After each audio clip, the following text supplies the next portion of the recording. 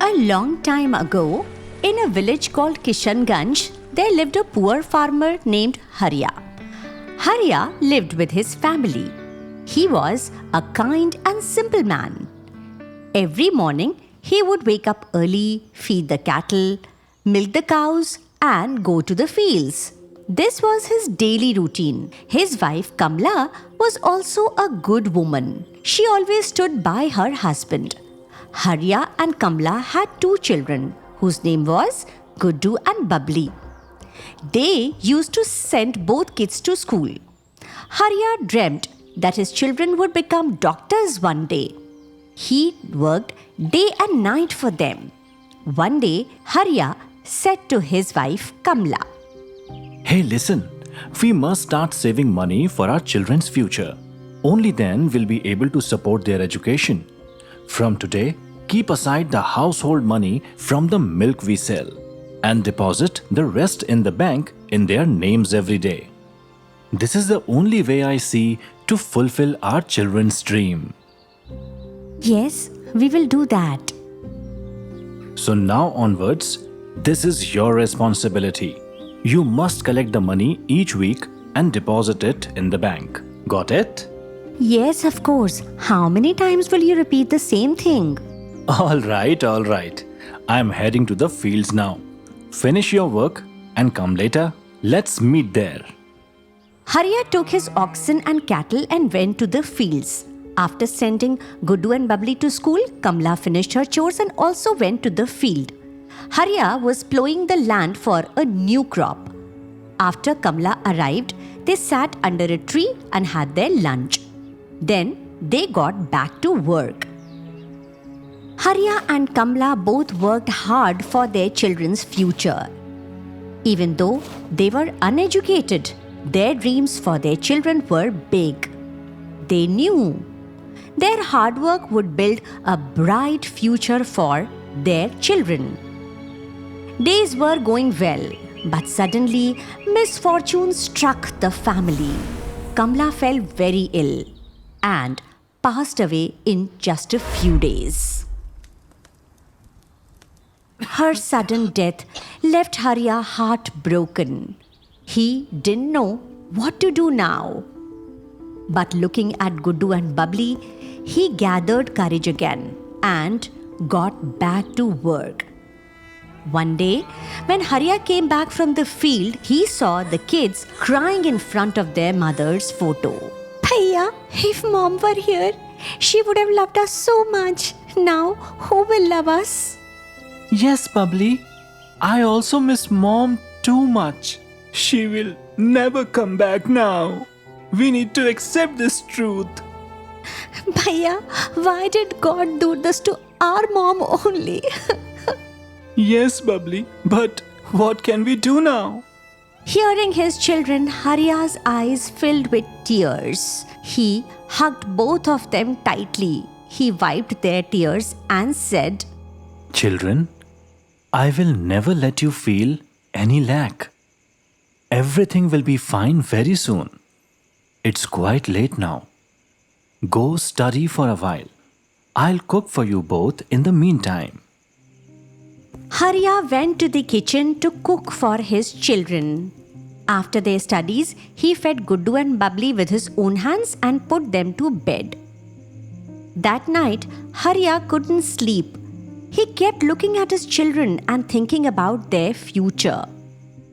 From the next day, he got busy with work again. One day, their neighbor Radha auntie came to visit and said, Beta Harya, you won't be able to raise the children all alone. You should marry again for their sake. Radha auntie, you are right. But can someone else love my kids like Kamla did? I know I'll have to face a lot, but what else can I do? I know this is my destiny and I have to face it. I know a woman. She will love your kids like her own. You don't worry. Just marry again for your children's happiness. Guddu will manage, but think about Babli. She needs a mother's love the most. That night, Harya kept thinking about what Radha auntie had said. After thinking a lot for the sake of his children, he got remarried. Guddu and Bubbly were happy to see their new mother. But Malti, their stepmother, was not happy to see them. She was a cruel woman. She wanted to remove both kids from her path. One day, when Bubbly returned from school, Malti said to her, "Oh, my lovely doll is back. Come, dear, wash your hands and help me with the outside chores." "But Mom, I have to study." "Oh, so you want to study? Will you become a doctor now? Come, help me with the housework. And Guddu, go outside and gather some firewood. If you want to live in this house, you must work. And don't you dare tell your father anything. If you do, you'll see the worst of me." Guddu and Bubbly quietly started doing all the household chores. They didn't tell anything to their father. Day by day, Malti made them do a lot of work while she rested. Once Harya left for the fields, she started hitting them for small reasons. But the children never complained about their stepmother. They just bore everything silently. Slowly, Guddu and Bubbly's health began to worsen. One day, Bubbly told Guddu, "Bhaiya, this mom is really cruel. When you went out to get wood, she beat me a lot. She even covered my mouth so that no one could hear me. Bhaiya, we should tell Dad everything." Yes, Bubbly. She only gives me half a meal every day and lies to our father about us. But if we tell him everything, we might end up all alone again. Let's wait for a few more days, Bubbly. Maybe she'll treat us better. Sacrifice for some more time, Bubbly. "Okay, Bhaiya." Guddu and Bubbly were quietly suffering under their stepmother's cruelty. For the sake of their father, they chose to remain silent. Now, Malti gave them only one meal a day and in front of Harya. These days, Guddu and Bubbly are being very naughty. They play all day long, doesn't study, and even refuse to eat properly. Now, you should talk to them. Harya takes his children to the courtyard. He lifts them into his lap and starts talking to them. Kids, I have noticed for many days that you both don't smile or laugh anymore. Your health is also getting worse. Is something bothering you? Whatever it is, you can tell me. Your mother treats you well, right? Bubbly, tell me, what's going on? There is nothing more important to me than you two. Everything I'm doing is only for you, my children. You can tell me fairly. Bubbly was just about to say something to her father when Malti spotted them and quickly walked over. She says to Harya, "Oh, so you're sitting here? I was looking for you inside the house. Come on, dinner is ready.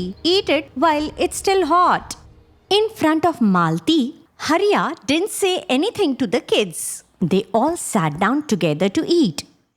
That night, Harya fed the children with his own hands and slept with them by his side. Seeing both kids cuddled up to their father, Malti thought to herself, "I will have to do something about these two now." The next day, Harya went to work. Malti called the children and made them stand before her. "Hey, Bubbly, were you complaining to your father about me?" "No, Mom. We were just sitting with him." "I understand all your tricks very well. Wait, I will teach you both a lesson." Malti started beating Guddu and Bubbly with a stick. Radha auntie, the neighbor, saw all of it. She thought to herself, "Oh no, I thought Malti would take care of the children, but she is only giving them pain. I shouldn't have suggested this marriage. Now these poor children are suffering because of me. I must do something to fix this. From that day on, Radha auntie began keeping an eye on the children. That same year, a drought hit Harya's village. Everyone in the village was eating only one meal a day due to the shortage. Things were difficult at Harya's house too. As the food stock ran out, Malti thought, now I must do something to get rid of these kids. Otherwise, I will have to stay hungry because of them. The next day, after Harya left for the field, Malti went to Guddu and Bubbly and said them, kids, because of the drought, we have very little food. Today, we will go to the forest and collect some firewood. We'll sell it and earn some money. Come on. Malti took Guddu and Bubbly deep into the dense forest. Then she starts tying their hands and legs. Seeing this, Guddu asked, Mom, what are you doing? Why are you tying our hands and legs? now listen to me carefully. If you want to stay alive, don't ever return home, or else you will see the worst of me. Got it? Malti tied both kids to a tree and left for home. The children started crying. It got dark and the sounds of wild animals filled the forest. Bubbly said, Bhaiya, what will happen to us now? What if the wild animals eat us? Bubbly, don't make noise. If we cry, the animals will come closer. Just pray to God quietly. Someone will surely come to help us. Both kids were shivering with fear in the forest. Suddenly, a dwarf appeared and, Please don't hurt us. Don't hurt us. Hey, don't be scared, kids. I'm here to help you. Wait, I'll untie you right now. the dwarf used his magic to untie the children. Then he started talking to them. The kids told him everything. The dwarf said, Hey, kids, come with me to my house nearby. You both can stay there. I'll feed you yummy food. The dwarf took Guddu and Bubbly to his home. Seeing his beautiful home, both children became very happy. They stood near a table and said, You said you'll give us food, but there is nothing here. Kids, this isn't an ordinary house. It's a magical house. Let me show you. Then you believe me. Hey, magical house, give yummy food to the kids. Im, rim, rim, rim, rim, choo. As soon as the dwarf said this, the table filled up with delicious food. Guddu and Bubbly were very happy to see this. Hey, come on, kids. Let's eat. Come quickly. I'm really hungry. Me too. Then what are we waiting for? Let's eat.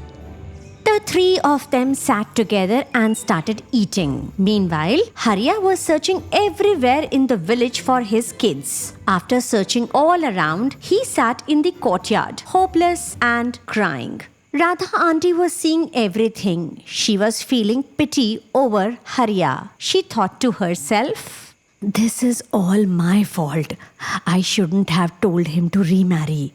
Then none of this would have happened to these kids. Now I must tell Harya truth. Radha auntie came to Harya, who was sitting in the courtyard. She told him the whole truth. How Malti used to beat the children after he left for work. She didn't even feed them properly. Hearing all this, Harya got angry and threw Malti out of the house. He broke down crying in front of Radha auntie. Auntie, you should have told me all this much earlier. Who knows in what condition my children are in the forest? Are they okay or not? What if something had happened to them? No, I must go find them right now.